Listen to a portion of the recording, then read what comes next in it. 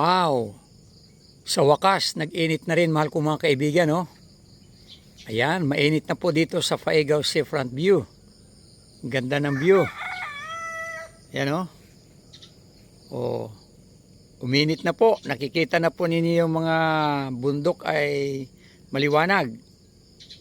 Yan po yung naiinitan na po ng araw ngayon. Ang ganda.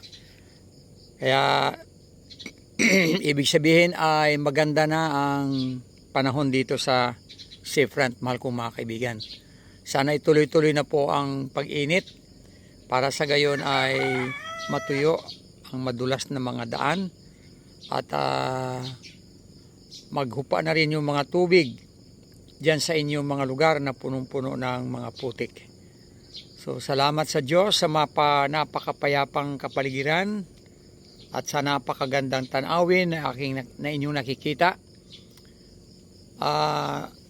Alam nyo, mahal kong mga kaibigan, kaya ako'y nagpo-post ng mga ganito o nag-upload ng ganito mga video ay gusto ko rin hindi lamang yung madilim na bahagi ng buhay ang inyong tinitingnan.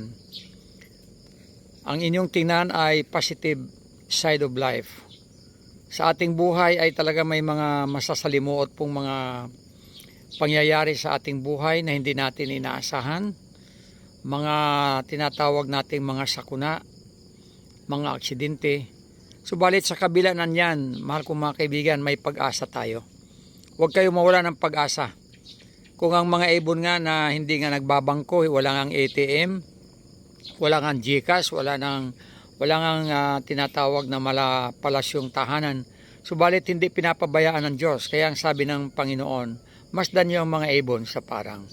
So, kumbaga, ina-assure tayo ng Panginoon na kung mahal ng Panginoon ang mga ibon, na ang sabi nga ay walang ibong nalalaglag mula sa langit na hindi niya nalalaman, gaano pa kaya yung kanyang tinubos ng kanyang mahal na dugo? Ang mga ibon po ay hindi kasama sa tinubos ng mahal na dugo ng ating Panginoon. Gaano pa kaya kahalaga ang tao na dito ay tinubos ang mga tao mula sa kamay ni Satanas ng kanyang mahal na dugo.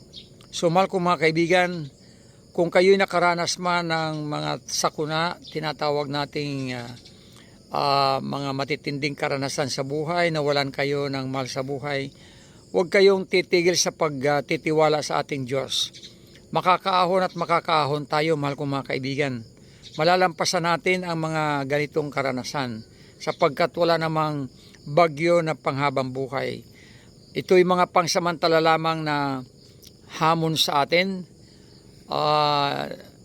Ma-overcome natin ang mga challenges na ito at malampasan natin ang mga pagsubok na ito sapagkat ang Diyos mismo ang nangako na I will be with you wherever you are and wherever you go. So mahal ko mga kaibigan, sana po sa araw na ito ay itong video ito ay magbigay ng inspirasyon sa inyo na sa kabila ng may mga madidilim na bahagi ng ating buhay ay mayroon pa ring maliwanag na bahagi at may pag-asa. God bless you po. Sumainyo ang pagpapala ng Diyos sa buong araw nito. Bye-bye.